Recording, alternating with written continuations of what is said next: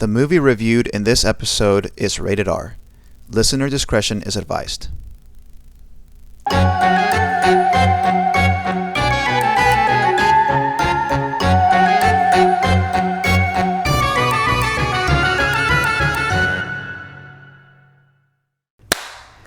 Good evening, everyone. Welcome to the Scary Movie Nights podcast, a bi-weekly podcast where the scares are real, but the friendships are realer. Today, we will be discussing the cult classic, The Shining, released in 1980. That's Mariana. And that's Joan. And we are your hosts for the night. But first, Mariana, let me ask you, what had you riding your big wheels this week? Ooh, I like that. I love the sound design on that part. Incredible. It's so funny. This week I was riding my big wheels because of... I don't know, dude. I've been like... Your movie finally won on Scary Movie Nights. Yes, okay, yeah. We had Scary Movie Nights this past Friday, and we all submit a movie, and then everyone votes, and my movie had never won, and I finally won, and I had also been submitting the same movie for 4 or 5 Scary Movie Nights in a row. I've been wanting to watch freaking Cabin in the Woods for ever, because I think it's such a fun group movie. It is. And it's a fun scary movie. And there's all these different monsters, and it's just so fun. And finally won. Yeah, thank you. Yes, that has me riding my big wheels this week. What about you, Joan? I'm starting a new job next week. It is the teaching job, and I know both of us wanted to leave education, but this is with a Montessori school. Mm-hmm. So I think it will be very different. So I'm allowing myself to be excited about it. Mm-hmm. It certainly pays more than public school. It certainly provides more planning time, and I really love the community aspect of Smaller class sizes. So I think shorter school year. It sounds like on paper that this is the ideal way to do education. Yeah. So I'm going to allow myself to give it a try. Yeah. See how it goes, of course, and then go from there. But I'm excited to start doing this thing, right? Yay! I'm excited. And of course, when this episode comes out, I'll probably be 3 weeks in. So yeah, we'll see. We'll see how it goes. But enough about that. Let's run through the maze for The Shining. Yes. Now I know I said cult classic because this movie actually was not a hit when it first came out. No, I mean, I'm pretty sure it was a flop. Stephen King didn't even like it. I don't know if he does now. He doesn't. I think he's still... No, he doesn't. He doesn't... I'll talk about it a little bit, but he doesn't think it's a good adaptation of his book. He doesn't think that they captured the vibe. Mm-mm. And I wouldn't know because I haven't read the book. Have you read the book? I have not read the book. I want to. Isn't it super long? I think, yeah, probably. Yeah, but I like his books. They're good. Yeah, they are good. But I have not read it. But I say cult classic because now it's everyone loves this movie. Yeah. And it's almost you can't not like this movie and be a horror fan almost. So I'm excited to talk about that. But we're going to be starting with our no spoiler synopsis. So if you haven't watched The Shining right now, which what the heck? It's been 45 years. But this is no spoilers, so feel free to listen. Alrighty, so The Shining 1980 is a psychological thriller based on Stephen King's novel of the same name. The Shining follows writer Jack Torrance, who is hired to take care of a ski resort for the winter. Jack, his wife Wendy, and their clairvoyant son Danny move into the resort, but soon begin to experience strange occurrences as Jack slowly starts to descend into madness? Mm-hmm. Question mark? So we have Jack Nicholson as Jack Torrance, Shelley Duvall, iconic Texan, as Wendy Torrance, Danny Lloyd as Danny Doc Torrance, as well as several more actors. Scatman Crothers as Dick Halloran. Those are the really main big characters because most of the movie, are the family members in this giant hotel by themselves, which I think creates an eerie vibe in and of itself. Imagine, I could never have this job. That big old hotel? No, I would never, no, I could not. So we have Jack Nicholson. He was Kubrick's first choice. So it was directed by Stanley Kubrick. And he was his first choice for Jack Torrance, although they also included Robert De Niro, like when they were thinking about the cast, Robin Williams, and Harrison Ford, all of whom Stephen King did not like. And actually, Stephen King did not even like Jack Nicholson for this role. Jack Nicholson had just starred in One Flew Over a Cuckoo's Nest, where he plays a man who goes crazy, and that's kind of what happens to Jack Torrance in the film. So Stephen King was like, the audience is gonna see it coming. I mean, just fucking look at Jack Nicholson. The man looks a little crazy. I mean, he has the insanity look down. Yeah. He always looks like he's one step away from becoming resting crazy, batshit crazy face. Yeah. Yeah. So King kind of preferred other actors that kind of looked more normal, like just any guy, like Jon Voight, Michael Moriarty, and Martin Sheen, who I think might be Charlie Sheen's dad. Let me click on that link, because it is. Okay, great. Yeah, that does look like his dad. From the beginning, the writer was told, so they told Stephen King basically like, hey, like you gave up rights for this book.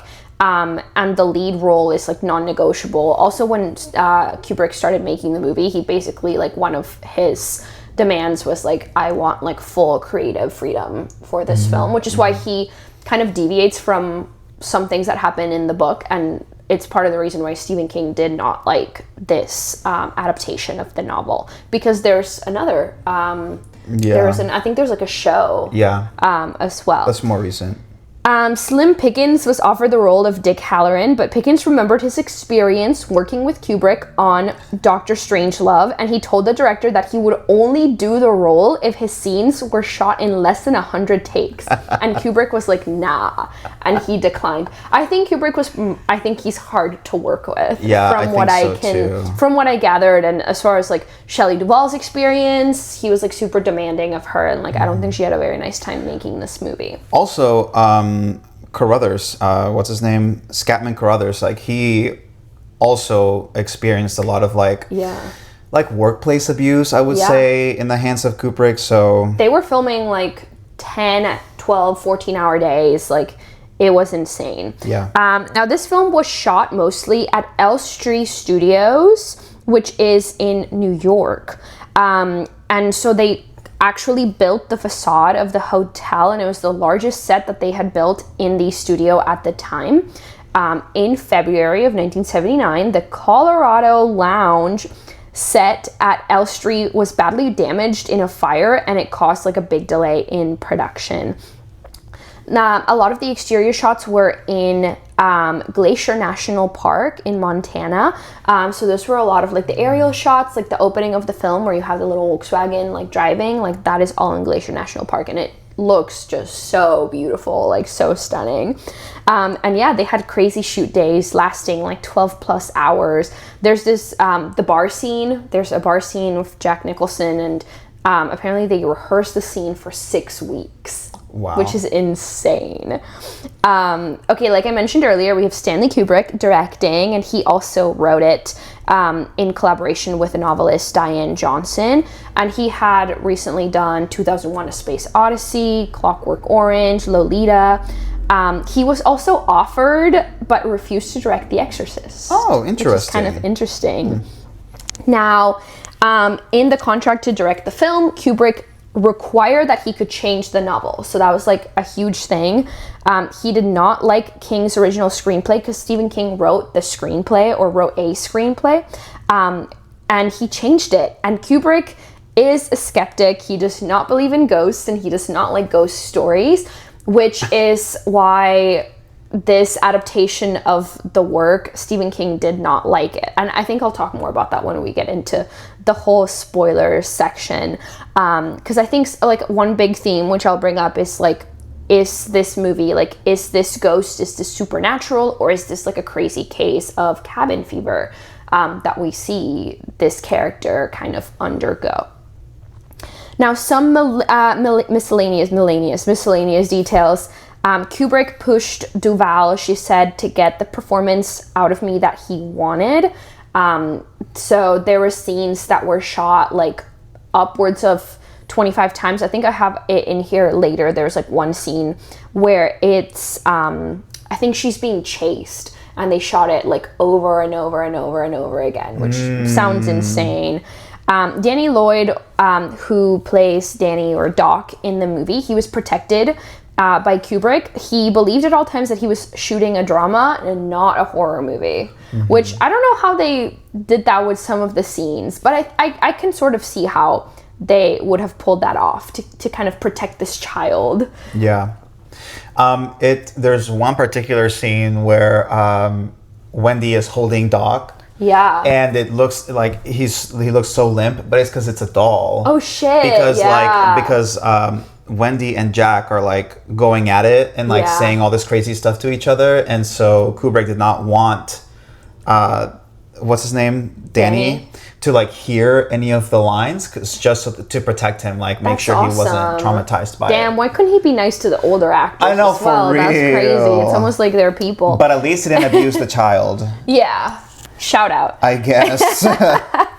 Now, for international audiences, many takes were shot where Wendy picks up the manuscript and she just basically, you know, when she's reading over the manuscript, and I won't say what it says because that is a spoiler, but they actually shot the pages in different languages for all the international audiences. Cool. Okay, here we go. The Guinness Book of Records gave the record for the scene with the most retakes in cinematic history to the sequence where Wendy walks backward up the stairs, fending off Jack with a baseball bat at 127 times. So that's the scene I was talking about earlier, but later this was disputed. Like, allegedly, it was someone who wasn't even on set that day who said that, but I mean, I think it still was like 50 to 60 times that they shot this scene, which is a lot to be kind of portraying that kind of emotion. You know, you're holding a baseball bat, you're being like attacked, and you're walking backwards upstairs. Like that sounds like a crazy workout. I know nothing of how many times is normal to shoot a particular scene, but 127 seems like a lot. That seems excessive. Even 50 or 60 I think sounds like a lot, but I don't know. Okay, the twins in this film, although played by real twins, identical twins, are not actually supposed to be twins. They're supposed to be sisters. And I do think that they look pretty different from each other, so I was like, kind of surprised to read. I think one is taller than the other, but I don't really know what is normal for identical twins. There's kind of a little lore behind that, but I'm going to say that during the spoiler section. Yes, like regarding the story, like, Yeah. Okay. This was one of the first films to use a Steadicam, which was really new tech at the time. It allowed the camera operator to move independently of the camera rig, so they used that specifically whenever they were following Danny when he was on his little tricycle. And I thought that was interesting because I feel like Steadicams or like gimbals are like pretty, you know, standard practice nowadays. When it comes to filming, I'm going to highlight this other little snippet I have here because it definitely contains spoilers. After the film's release, Kubrick went back and removed a scene from the film that takes place kind of towards the end of the film, but they had to physically, like theater operators had to physically cut the scene out from like the film reel, and then send it back to the studio, which I think is kind of interesting. Oh. I know, right? And I'll talk about what the scene was when we get into our spoilers, but I thought that was interesting. That is so extra. I wonder if that was like typical of the theater experience, or if people were like, God, what a pain in the ass. Are you serious? We have to cut this out. Yeah. Interesting. Okay, now in the film there is significance of a specific hotel room number. So in the novel, the room number is 217, but it was changed to 237, and this was because the Timberland Lodge, which is where they like based, or the film, the hotel that we see is the Timberland Lodge, which is in, I believe, Oregon. Located in Mount Hood in Oregon. It was used for the aerial and exterior shots of the fictional Overlook Hotel. So the real hotel, they requested that they do not show room 217 because they did actually have a room 217, and they didn't want guests to then start avoiding this room or being afraid to stay in 217. So they changed it to 237, which the hotel does not have a room 237. So it's 237 in the film, but actually room 217 is requested more often than any other room at the Timberland Lodge, which I think is really funny. That's what I'm saying. I'm like, they were wrong about that. Yeah, everybody wants to stay in room 217. Everybody wants the haunted room. Yeah. Also, I love this miscellaneous detail. It has nothing to do with the movie, but there is a conspiracy theory that Kubrick helped the U.S. government fake the moon landing, which I had no idea. And then The Shining is his way of like getting it confirming it. Confessing because he had done 2001: A Space Odyssey, so it's like alleged that they like hired him because he did such a good job on this space movie that he then helped fake the moon landing. And so the moon landing mission was Apollo 11, and in the movie Danny's wearing a sweater, and on the sweater is a rocket and it says Apollo 11. Yeah, which is insane. Why would he do that? Okay, I would do that too, even if I like hadn't done it. I don't know if he did it. I don't think he did it. Maybe it was like a reference to Space Odyssey. Like, maybe. Like maybe he was like, oh, it'd be cute, but I don't think. Nah, dude. This is a little. I think this was like petty. I think this was like, I'm gonna put Apollo 11 on this little boy. Yeah. But also maybe Danny was like, can I wear an Apollo 11 sweater? Like, I don't know. I feel like I don't know that Kubrick did this on purpose. Maybe it means something else. I absolutely feel like he did it on purpose. This feels maybe, like I don't know. If people thought that I had faked the moon landing or something, I would totally like leave clues just to be like goofy. I don't know. So for release and reception, this movie currently has 83% on Rotten Tomatoes. But as far as like the biggest person to receive this movie, Stephen King, author of the novel, does not like it. He felt that it wasn't true to the novel, although he did say filmmakers whose particular visions are so clear and fierce that fear of failure never becomes a factor in the equation. And this was all regarding Kubrick and his work. Even when a director such as Stanley Kubrick makes such a maddening, perverse, and disappointing film as The Shining, it somehow retains a brilliance that is inarguable. It is simply there, which is, I think, essentially saying like, this is a fantastic film, but this is not a good job of like, this is not a good adaptation of my work. Yeah, I definitely think at least King recognizes like, hey, this is a really great film. It's just not a good film for my book. Yeah, and he says that he considers the film to have contributed something of value to the horror genre, which I completely agree. Yeah. Now, let me see what of this I can read. Okay. I think I can read all of this. I don't think this is like super spoiler. King criticized Kubrick's Wendy, stating that she is basically just there to scream and be stupid, and that's not the woman that he wrote about. He was also disappointed with the decision not to film at the Stanley Hotel in Colorado, which is a real hotel that inspired King to write the novel.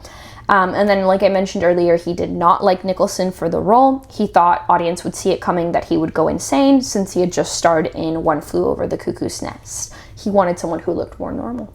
So he was like, a little bit disappointed by. He's like, Jack, you're a little crazy. You're a little too crazy looking. Yeah, he's got that eye. He's got the look. He's got the forehead. Yeah. He's got the hair. He's got the forehead. Yeah. You know exactly what I'm talking about. He's got the face. Well, it's the Kubrick stare, right? That Kubrick is kind of famous for, and then also Jack Nicholson is so famous for. I think Jack Nicholson, this is like an incredible performance. Oh, yeah. So, I mean, I'm sorry, King, you may be right, but you're also wrong. Literally insane. Literally insane. I thought the acting was so good. Shelley did an amazing job, too. I think so, and I think especially because it's basically three characters for the majority of the movie. Like, they're carrying so much of the script, and there's not like an excess of dialogue for some of this. Like, a lot of the scenes are just them doing like random things, like, Wendy's just cooking and Danny's just kind of riding around in his tricycle, and but they still like manage to kind of depict like what's going on with the characters internally, like as far as their emotions go, like very well. So I thought it was insane. I mean Jack Nicholson, like ate it up. He did so good. Yes, I mean it was incredible. Was he nominated for anything for this, or do you know? I don't know. I did look at usually for the like reception, I look at like any awards, but I don't think that he was nominated. Whoa, not any big ones, not like Oscars. Okay, yeah. Okay. Interesting. I just need to get to the spoiler section because Yes. what I want to say is Yeah. really kind of spoilery because a agree. lot of it has to do with like the plot. I have and more the things to talk imagery. about, and I just think we need to move into spoilers. Yeah. So. All right, listeners. So this is the spoiler section. If you have not seen The Shining and don't want the movie to be spoiled, then stop, watch The Shining, and come back and listen to the rest of the podcast. Yes. Yay. Okay, so there's some things that you skipped over because they were a little too spoilery. Yeah, so let me let's go hear back. those. Okay, so the door that Jack chops through, Yes. it was a real door. Nicholson had been a volunteer fire marshal and he chopped the original fake door too quickly, so they switched to like a real wooden door. And he also improvised the line, "Here's Johnny," Yeah. which is crazy. Why did he say that? It does feel like very random, but Yeah. I mean, it's awesome. But and I then love you have it. like But I love it. Shelley Duvall like acting her butt off, like with Yes. her like holding their little knife. Although now, like, you kind of have to think about, like, was she actually really exhausted because they shot these scenes so many times? I Yeah. mean, at some point, you just kind of break down mentally, right? Yeah. Like, you're just, like, tired and, like, you look like Yeah. crap because, like, your makeup's running or, like, tears are going down your face, whatever. But, like, she killed it. She did, for sure. Slay. And she was just such a like patient, kind, sweet woman. She and it really like, was because I would not put up with that. It was so hard to watch some of the Are you time, like the kidding way me? that she was being treated, and she was just kind of like giving him the benefit of the doubt. Like even from the beginning, whenever she's, Danny has like, an episode, and the lady doctor woman comes to see him, and she's telling him about, Jack being an alcoholic and how he like grabbed Danny and dislocated his shoulder. And she's smiling the whole time. Like I was like, this is kind of eerie. Yeah. Like what is she not saying? It's very much like an abused, like, housewife Yes. moment to where she is like rationalizing it Yeah. in her head and Yeah. then like smiling through it because what Yeah. else is she going to do? Like, Yeah. is she gonna leave him? Like, what is? So it is very eerie, like seeing and it's very sad too. Yeah. And also you get the fact that like. You see throughout the movie, at least I noticed, that Jack is like sitting, he's either sleeping at the bar or he's like sitting at his typewriter typing away. And Shelley is actually the one taking care of the hotel. taking care of the hotel. Yes. She's with the checklists and the boilers. When she was in the boiler room, I was like, ain't that his job? Like for real. And not only that, but she's also taking care of Danny. Yeah. She's constantly playing around with him, which, by the way, Mom of the Year award Yeah. for taking her child into the maze and, like, going through it with him, because I'm sure she thought, like, oh, like, he's going to be curious about it, and it's better if I go with him and we figure it out together, and he knows how to get in and out, than, like, he goes in by himself and gets lost in it. So, like, it's good that she did that. It's like, hey, let's go explore and, like, make it a game, And it ends up being like useful, I think. It does, because Danny's able to run away from Jack at the end, and that's really cool. And also there's so I watched a few videos because I'm gonna be honest with you, so like The Shining has never really called out to me as like a standout film per se. I understand why people think it is because it is beautifully shot. It's the music and the sound design is incredible. The plot's very interesting, and then the performances are awesome. It's just like not necessarily my cup of tea 100% of the time. So I watched some videos being like, okay, let me try to like see what people see in this film, and there are actually some very interesting theories about a lot of the things in the hotel. So like one of them being the maze being like a metaphor for like not a metaphor, but a reference to like the Minotaur in the maze. Did you ever see that little theory? No. So it's really interesting because this is giving Percy Jackson. Yeah, like the mythology of like the Minotaur and the maze, right? To where it's like there's a maze in the thing, and then so Jack is chasing Danny throughout the maze, trying to kill him, just like the Minotaur was chasing. I don't remember the name of the mythological character. Theseus, maybe? It was Percy Jackson. And his best friends, Annabelle, and the other guy. And the other guy. I forgot his name, I'm sorry.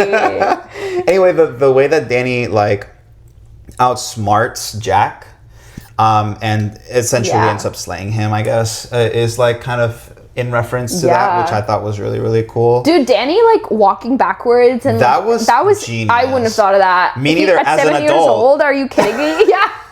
As an adult, I would have been like, guess I'll die. You're so right. So, you know, I think that's really super interesting. I think this movie is like so iconic also in like the impact that it has had in like horror. And I think I really resonate with what you like mentioned earlier. Like the movie, like definitely like you have all these like liminal spaces. Like there's a lot of shots just of like hallways and like big empty rooms and, you know, this big snowed in hotel, and it feels so isolating, which is I think why I don't gravitate towards the film, because it makes me feel slightly uncomfortable. Like I hate liminal spaces. Like I do not want to see a liminal space. No, thank you. It's very interesting, like the current mythology around liminal spaces. I don't know if you've ever looked into anything like that, I'm like not the back interested rooms. in them. Yeah. Like the back rooms. Oh, like how? Wait, tell me more. So speak more. Yeah, so like you know, you go into like this space that does feel isolating despite there being nothing particularly special about it. Or wrong with it. To where it's like, I feel uneasy here for like no other reason than it's just like an open space with nobody else in it, and it's just like blank. Yeah. So, like, the mythology of the backrooms, and apologies if I get this incorrect if you're a backrooms expert. Yeah, because there's a huge, like, actual mythology around this, like, internet culture. Yeah.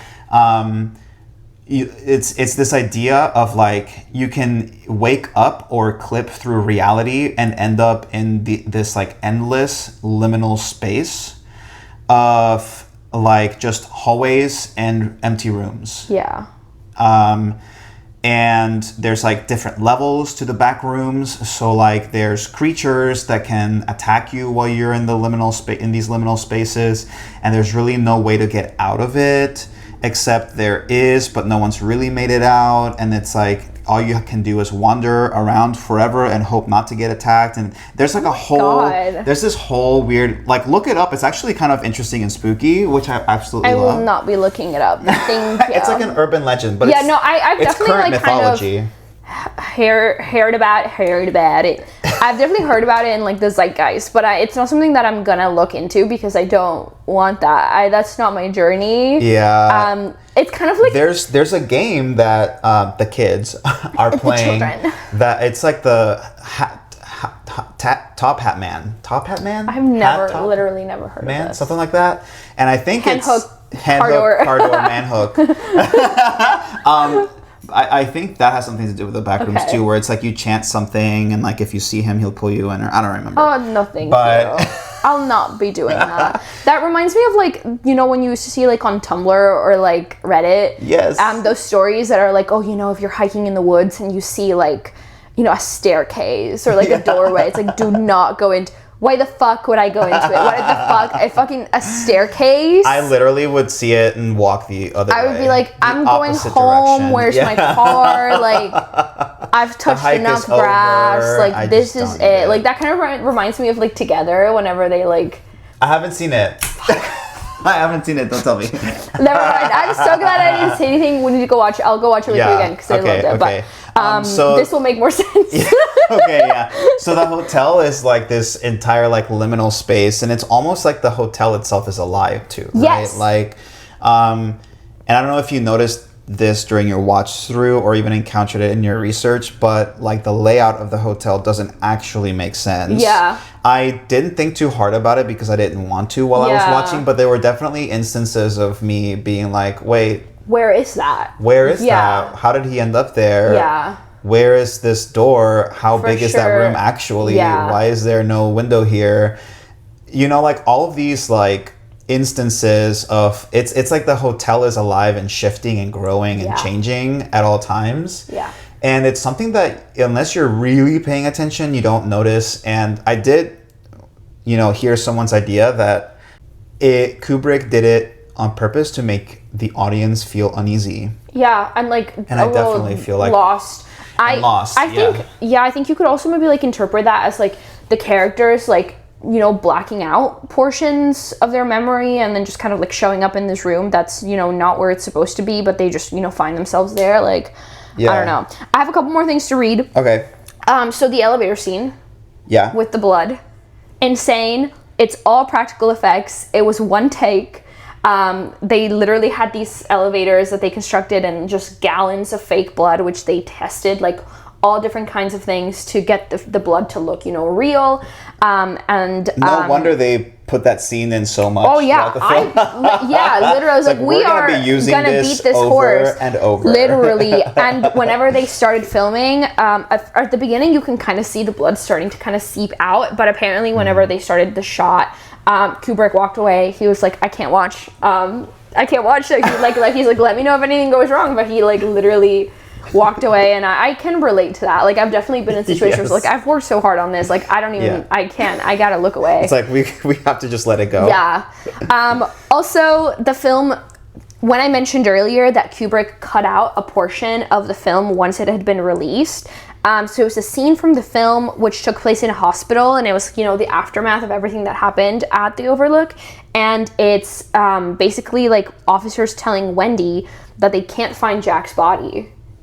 Oh, I know. So that is the end of the film. And I haven't seen or read, obviously, the sequel, which is, what is Dr. it? Sleep. Dr. Sleep. It's good.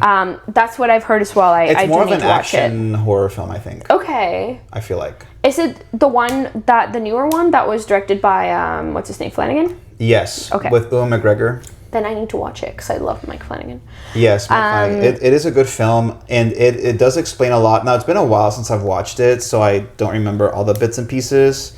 But on that, there's another theory. Actually, no, it's not even a theory. I think it explains it in the book. Yeah. That Tony, Danny's little... Oh, yes. Oh, my God. Fuck that, by the way. It's so creepy whenever he was... Red Ram. Shut up, Tony. I'm throwing you away. Like, I literally would have slapped the kid. So, like, I would... Not that snap out of it. Not that this applies to the film, because obviously lots of things are really different in the film. But in the book, it is explained that Tony is actually future Danny coming back and helping Danny survive the Overlook Hotel. Wow. Yeah, through like all of these visions and like guiding him through and like warning his mom. That's and, like, so cool. So so that I thought was really cool, and I feel like would have been really cool to have been in the movie, but it wasn't. So, but I just want to let you know. Do they touch on it at all in Dr. Sleep? Honestly, I don't remember. At all. But I do know Danny goes back to the Overlook Hotel. Okay. And like there's a lot of like parallel scenes with and because he's a grown up now. Yeah. And another thing that's really cool about Dr. Sleep is Danny's an alcoholic, just like Jack was. So not only did he inherit that, but also it makes people think that maybe Jack also shone like Danny and used alcoholism to cope with his ability. Like, well, that would like low-key make sense, because I mean all these like weird visions that he's having, like Jack is having, like when he's in the ballroom and he's talking to the bartender and all that stuff like that. Well, I certainly thought like watching the movie before I even started like diving into these like theories and stuff like that, I definitely thought Jack shone. Yeah. Like, because so like The Shining is what they call this ability to like perceive the otherworldly and like influence things with your mind and like basically anything like not mundane. Yeah, it's like clairvoyance and telepathy and telekinesis, stuff like that. So, because I definitely like, I feel like Jack, especially because he said at one point with Wendy, he was like, I feel like I've been here before. Yeah. Like, I definitely have experienced this. I just feel so familiar here. Yeah.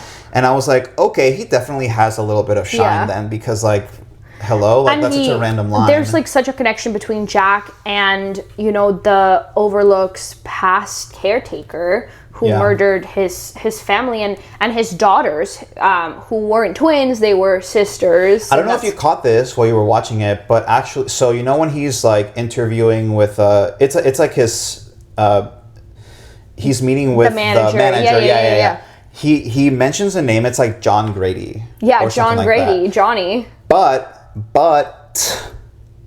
when he's talking to like the waiter who is the guy who murdered, his name is Charles Grady.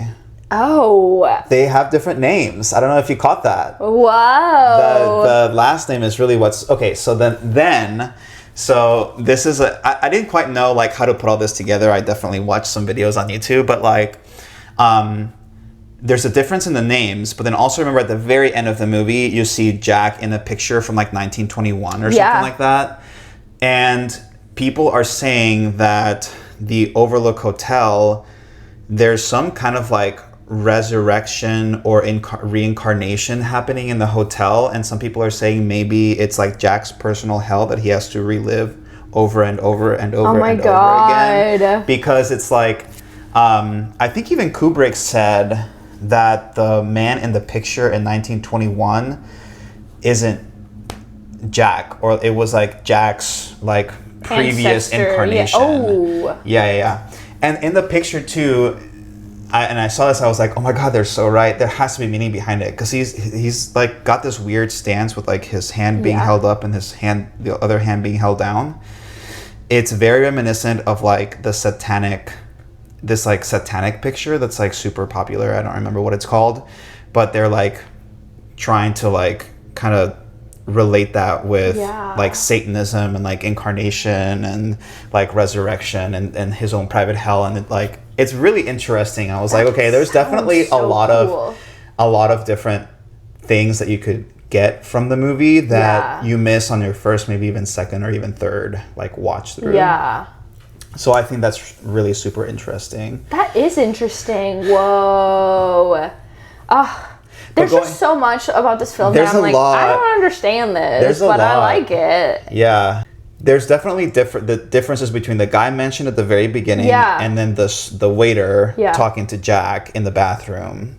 But they're both named Grady. It's just like their first names are different. So like, why would... That has to be like a deliberate choice. It's not like a mistake or whatever. Yeah, I feel like that, especially like the kind of director that Kubrick clearly is, like, I feel like that wouldn't slide. I mean, if you're going back and once the movie's been released, you're cutting scenes out of it, you're not going to let that kind of discrepancy slide. So that's so interesting. I really wish I'd read the book, because I feel like maybe the book would have some sort of insight. But again, like, Kubrick kind of made a different film though. Like, I think he took the idea from The Shining, the book, but then like he kind of just made his own film. So I don't know how much of it translates over. To think about, like, because I think that's such an interesting theory, but, you know, you could also think about, like, is it something about being at the hotel that makes these men do this? Maybe they just happen to be in the same place at the same time, or are they connected across time and it's themselves because they have this shining ability that maybe doesn't manifest itself in the way that it does for Danny? Or is this movie just freaking like cabin fever? Like, do they go crazy, like isolated in this hotel for like, dude, like 4 or 5 months by yourself out there? Like, insane. And you could say that, you know, Danny, but the thing about Danny is like, he actually does shine. Yeah, for sure. Like, he definitely has a supernatural ability. Like, on the surface, it is a very much like, is he just going crazy, or is the hotel haunted? But I do think that, like, once you start thinking about things and, like, looking deeper, I think it's just, like, straight up haunted. I think so. Yeah. But if you wanted to rationalize it as cabin fever, then you could. I think that's what Kubrick was going for. Yeah. Like, making it kind of vague so that you could say, like, oh, it's this, but you could also argue. Right. Like, you could argue more than one thing for... the explanation for these crazy happenings. It feels like a little bit of a slow burn. Yes, very much. So there's definitely a point for me, like late second act, early third act, that I don't know what it is. Maybe I'm shining too, but like I fall asleep. I also fell asleep watching this movie. I had to like I turned it off and I finished it the next morning. It was also later at night and I was tired, so I don't think it's the movie's fault. I do this with lots of movies, but I also fell asleep. But it definitely wasn't a part where you would fall asleep. Like, it's like Jack is fully like trying to kill his family and I fell asleep. Yes, I don't know what it is. Maybe it's just a little too long. What is it, 2.5 hours? It's super long. It's a very long movie. It's like 2.5+ hours, something like that. And I think like the use of liminal. I mean, it is a slow burn. Yeah. There's lots of empty space, and even though a lot happens, it feels like not much happens. It's just a short time. There's a lot of focus too, in like I feel like creating this ambiance or creating this liminal space, and so I think that's why it feels so slow. It even feels like a liminal space in time. Yes. You know? Because they're out there and it completely isolated. At one point there's this like crazy snowstorm and they don't even have like phone reception. Like they can radio down to like, you know, the park rangers, but that's it. Which was a super cute scene, by the way, because you could tell Wendy just wanted to talk to another human being, and she was like, "What's going on over there? Over." Oh my god, she's like, "Hello, so Wendy, cute." She's like, "Okay, adorable. Well, goodbye, over now." It was she's adorable. I do love but Wendy. I do feel like they, you know, now that we've talked about it, like, not so much like actions, because she's a total badass. She's taking care of this kid by herself. Yes. She's really doing everything, because Jack, you don't ever see him really helping out with the upkeep of the hotel, but she's doing everything just like so calmly and patiently, and so you kind of see that she is not just a housewife. She's smart, but I feel like she does, you know, kind of scream and just look helpless a lot of the time, especially in, you know, the later scenes. But also, like, who's to say that I wouldn't react like that if someone's like cutting through a door and I'm like, you know. You never really know, because like when you see these things, you're thinking at it from a rational perspective. You're watching somebody go through it and you're like, oh, well, I would do this. I was like, well, in the moment though. And also you have a child who clearly has some sort of supernatural abilities, and you have Tony talking at you all crazy. And like, honestly, like the part whenever he writes red rum with the lipstick, fuck, like, and she like looks in the mirror and you see it's murder, and he like red rum. Do you think terrifying? Do you think Wendy ever realized that Danny shone, or does she just think he's, because like she's not really like the supernatural aspect only affects Wendy like tangentially, like it's she doesn't know what's happening, whereas like Danny, who shines, and even Halloran, who also shines, like they at least have an idea of this like supernatural aspect of the hotel. But like, and even Jack descending into madness, like he is at least somewhat aware of like there's this like entity force. I don't think she is at all aware. I don't think she's aware either. I think she's just, things are just happening to her. Yeah, and she's like the only normal person in this situation. She's literally the only sane person. She's taking care of the boiler and like.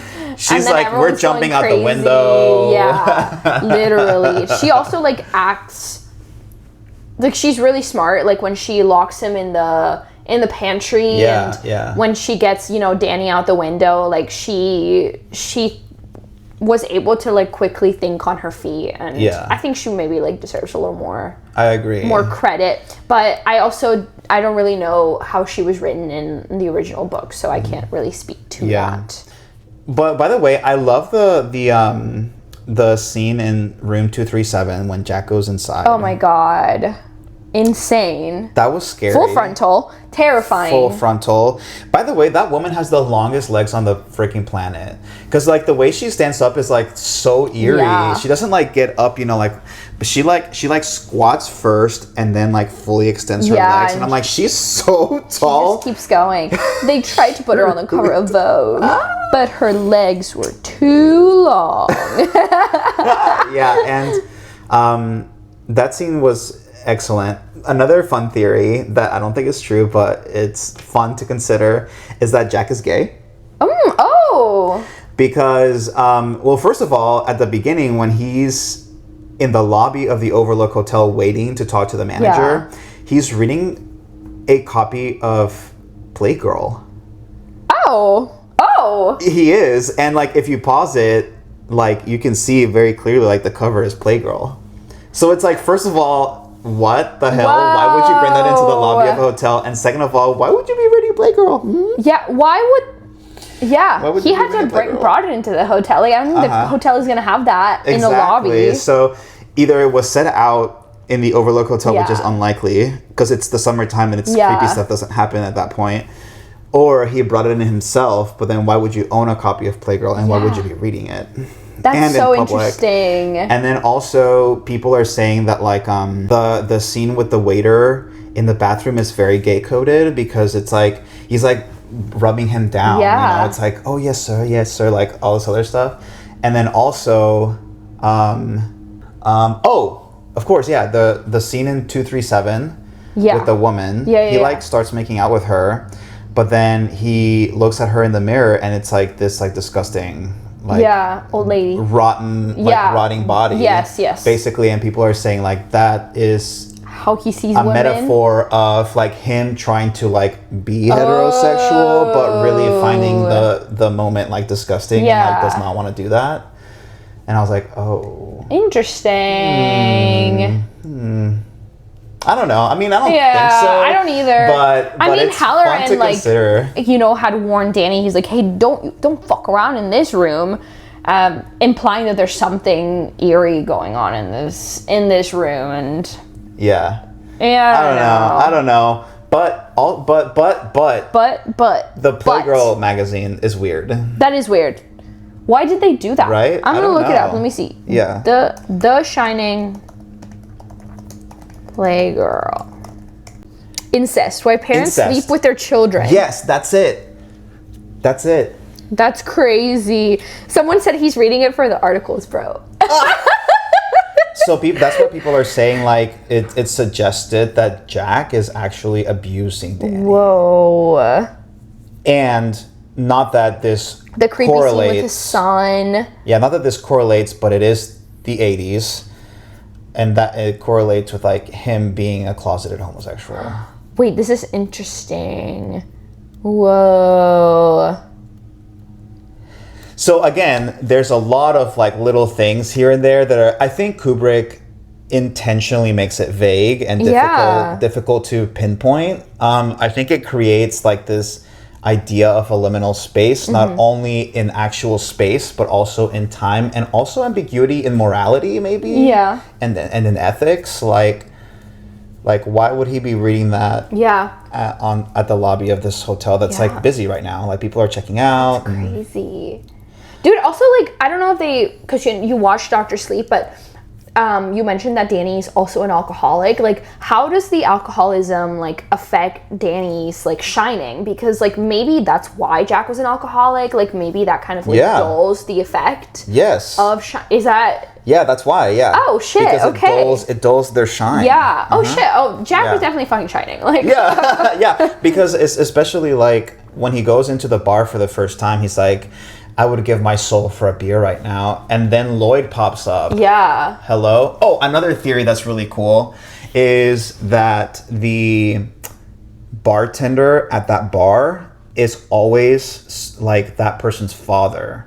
Because Jack goes up and he's like, hey, Lloyd, you've always been the best, or whatever. Like, he sounds like he knows Lloyd. He's like talking to Lloyd. Okay, well, in Dr. Sleep, when Danny goes to the bar at the Overlook Hotel, the bartender is Jack. Shut up. Like Nicholson? Like, no, it's not Jack Nicholson, but it's his dad. What's his name? Jack Torrance. Jack Torrance, yeah. But is it played by Jack Nicholson? No. I think it's played by someone else. Okay, but it's very obviously like, he looks the same. Like, it's Jack. Did I say, it's not Jack Nicholson. What is his first name? It is Jack Nicholson. It is Jack Nicholson, yeah. It's Jack. Jack. And Danny. What the fuck? And Danny, yeah. Mm-hmm. Damn, that's crazy. Shelley. What the hell? Shelley. But anyway, so there's Maybe this her cool middle name theory was Wendy. that Shelley Wendy Duvall. Shelley Wendy Duvall. But there's this theory that the bartender is always the person's father, and that's kind of interesting because it kind of like plays back into like the reincarnation ancestry aspect of the hotel, to where it's like these bloodlines are there and like destined to be there at the hotel. And interesting. Yeah. Interesting. There's a lot of like weird fan theories about. I love that. About like The Shining. Some of them legitimately being like, yeah, that's totally, and others are like, I don't know. I'm definitely gonna go watch like a YouTube video about it. There's a few I can send you that I really like. I watched a really good one because we just watched Weapons on Saturday. Yes.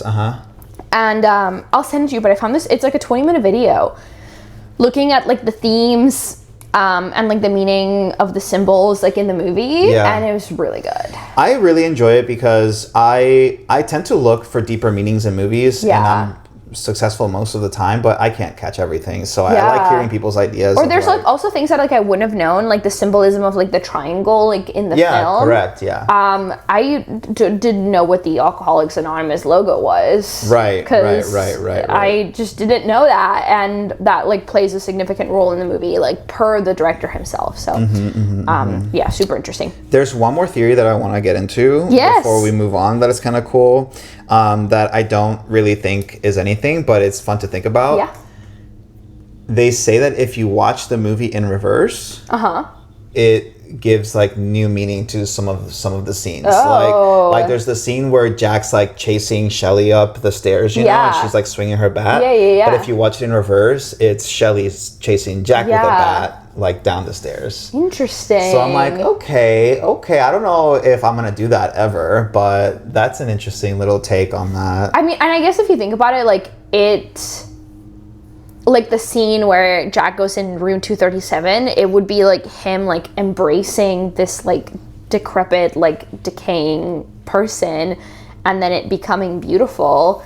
And kind of in the movie, like it seems like Jack hears like a calling from some sort of higher power, and he feels like the need to do this, and he has to like accomplish this task. Yeah. And it's like kind of interesting, because the way they talk about it, like specifically in that bathroom scene, it's like, hey, like, are you gonna let her get away in the way of this? Like, you have to do this. Like, this is important. And it's like this big thing that they're doing. It's kind of interesting. You are the caretaker. Yeah. You've always been the caretaker. Why was he British? I don't know.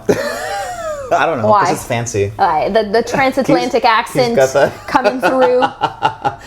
Crazy. One more thing I want to mention is there's always one more thing, but people are saying this is like an allegory for the Holocaust. Okay. And also for the treatment of settlers, the treatment of Native Americans by white settlers. Okay. Because, you know, it's set in a Indian burial ground. Also, the number 42 pops up everywhere. In 1942 was when like Hitler announced his final solution or whatever. But I think it's less about those things per se, and I think like the overall theme is about this cycle of human cruelty that like we put ourselves into. You know, like we had it with like the treatment of the Native Americans, we had it with the Holocaust. You know, right now it's, you know, more or less with like immigrants. Like we have this like cycle, like every generation or two we have this like horrible thing that's happening, like or like multiple horrible things, like, you know, slavery is still a thing today. Genocide in Palestine, like in genocide in a bunch of other places in the Congo. Congo, it's happening still, and it's this like cycle of violence, cruelty, and malice that we like put ourselves in, and like the Overlook Hotel and Jack's story is like an allegory for all of that. Interesting. So like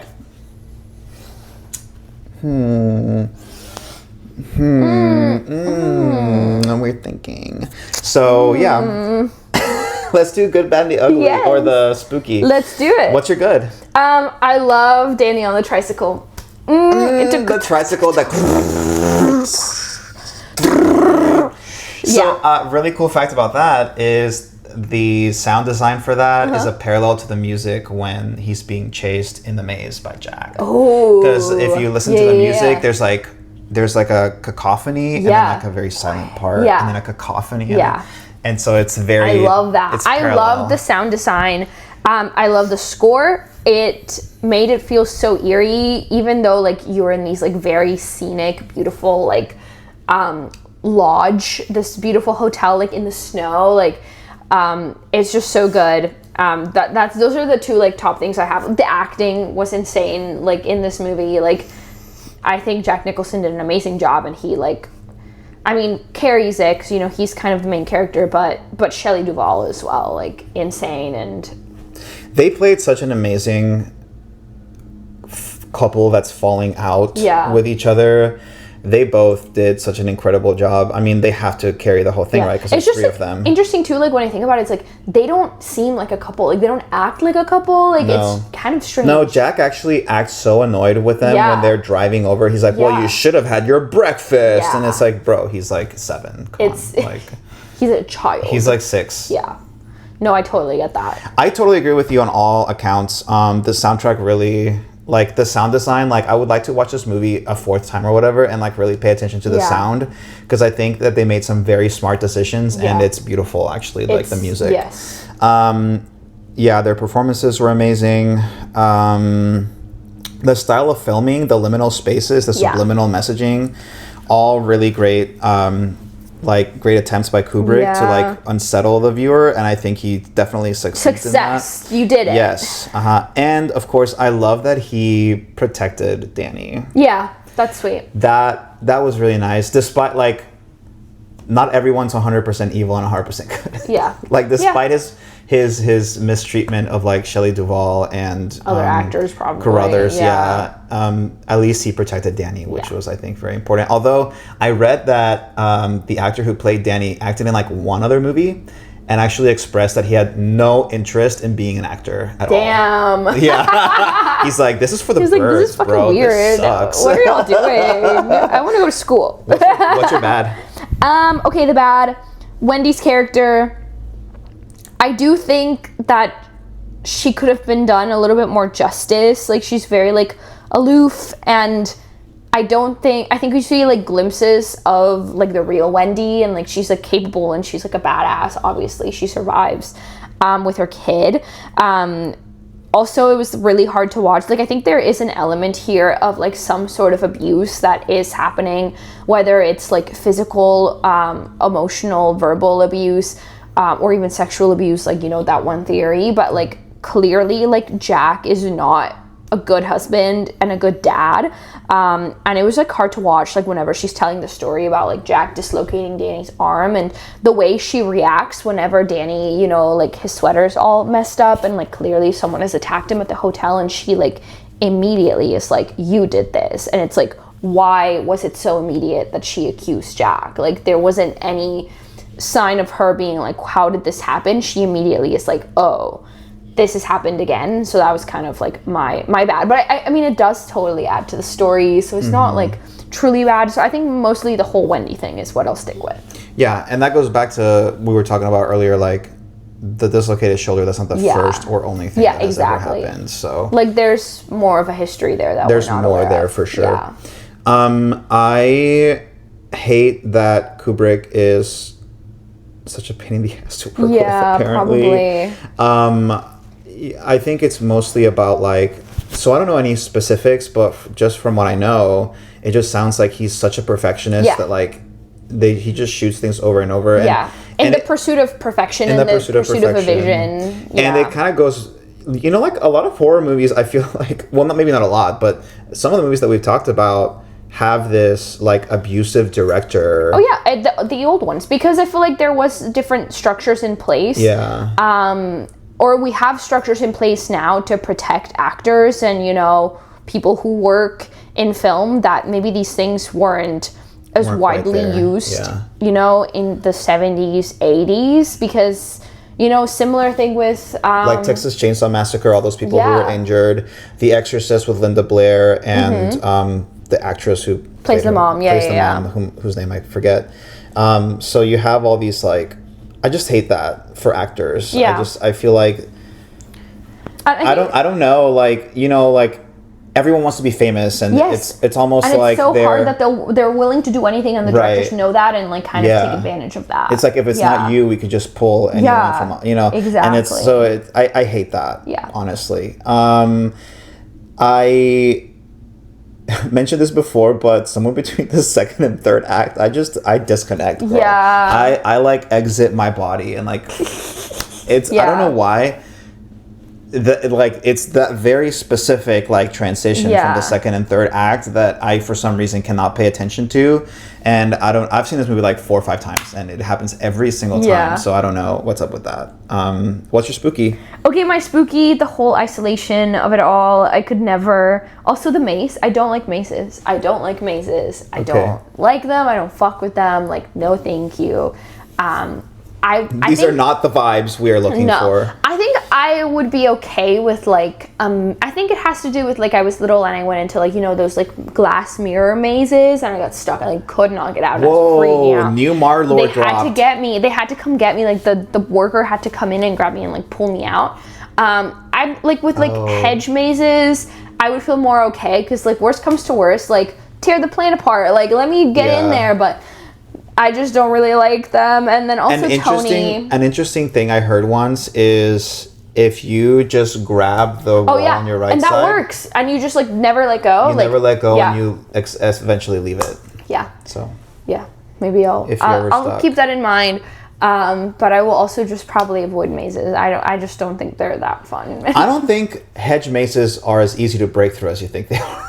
But like it's not solid wall. Like if I had to, I could. I feel like I might be a little torn up. I don't know. John, like just freaking sticks and leaves, right?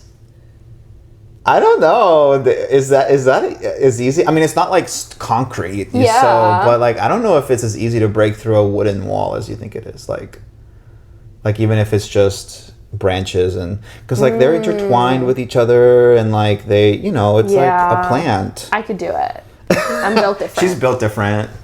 Joan, what's your spooky? The hotel. Oh yeah. Actually, like I'm a little sad we didn't get to talk about the hotel itself and like the party scene and like all the guests. The party scene was crazy. Because like this hotel is very much alive, I think. Like I think like the hotel itself is like it's like an entity. Yeah. Right? Which actually like King, like in his stories, a lot of places are like alive and like so, you know, liminal spaces weren't really a thing back then, I feel like, but like Kubrick definitely like used the liminal space concept to make us feel like we were not welcome at the Overlook Hotel. And you know what else, like was always interesting to me is this always reminded me of Hotel California by the Eagles. Have you heard that song? Yeah. Like you can check in anytime you want, but you can never leave. Yeah. So I feel like that song has always really like creeped me out for that reason, and it's I mean it's a great song. I love it. I love that song, but like it definitely has like the same vibes. Yeah. Also Jack Nicholson's face, full stop. Yep.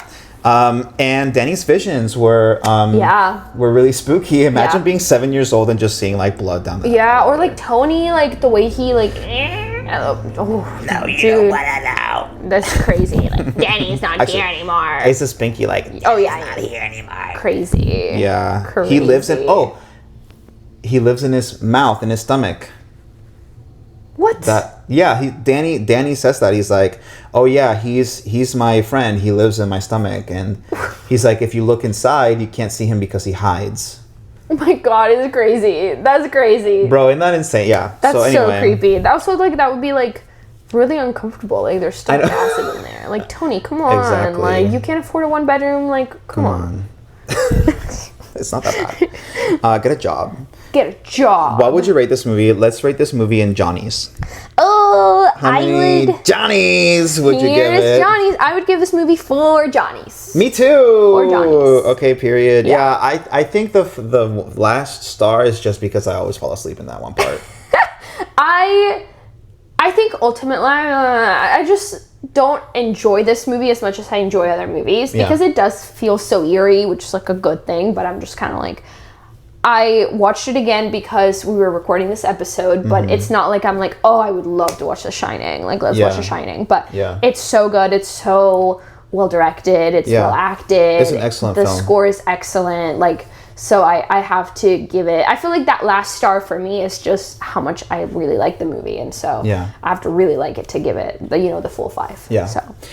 All right, now let's see if Letterboxd agrees with our ratings. In this section, we read memorable Letterboxd reviews that are probably just hilarious. I love this part. Let's take a look. Yeah. Hold on.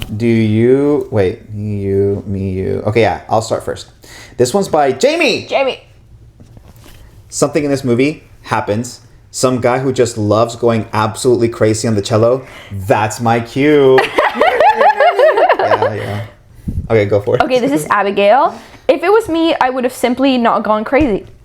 Built different. What did we say about Mar? Cut through the freaking hedge maze. Literally just run right through like, it. there's no way that the freaking branches are that hard, Joanne. Like, I'm sorry. I don't know. I don't think you understand. I don't know. Well, okay. They break.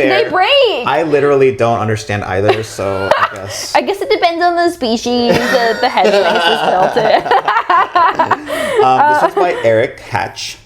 A tuxedo-clad man with a furry fetish has the best night of his life rudely interrupted by a marital dispute. Oh my god.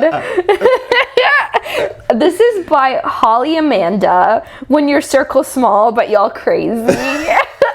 Okay, so Logan's not here for filming today, but I really wanted him to read this one, but I'll try to read it in Logan's voice. So this is Lubchansky. I feel like I would have had a nicer time at the hotel. Writing isn't that hard, and I love my wife. That's Logan. Yeah, that's so Logan. Yeah. Logan would simply not go crazy. Logan would simply not go crazy. He just wouldn't have. Like, he's just not the type. I mean, Logan, it would have been so chill, I think. Logan you two would have nice, had like the best Yeah, time. I think we would have skied and shit. You would have skied and shit. Hiked. Built snowmen. Literally. No, we would have been fine. Yeah, so I think that's on Jack. Sorry. And that about does it for today. Thank you for joining us. If you enjoyed the podcast, tell your friends about us, and don't forget to like, subscribe, comment, and rate us 5 stars in whatever app or podcast service you use to bring on the spooks. Please follow us on our socials by going to scarymovienights.com or looking us up on any platform. You can also message us through our socials or by sending an email to spooky@scarymovienights.com. Tell us what you think about The Shining. Did you watch it? Was it your thing? How many Johnnies did you give it? I'm Joanne. And I'm Mariana. And thank you for joining us for another Scary Movie Night. See you in 2 weeks. Stay spooky.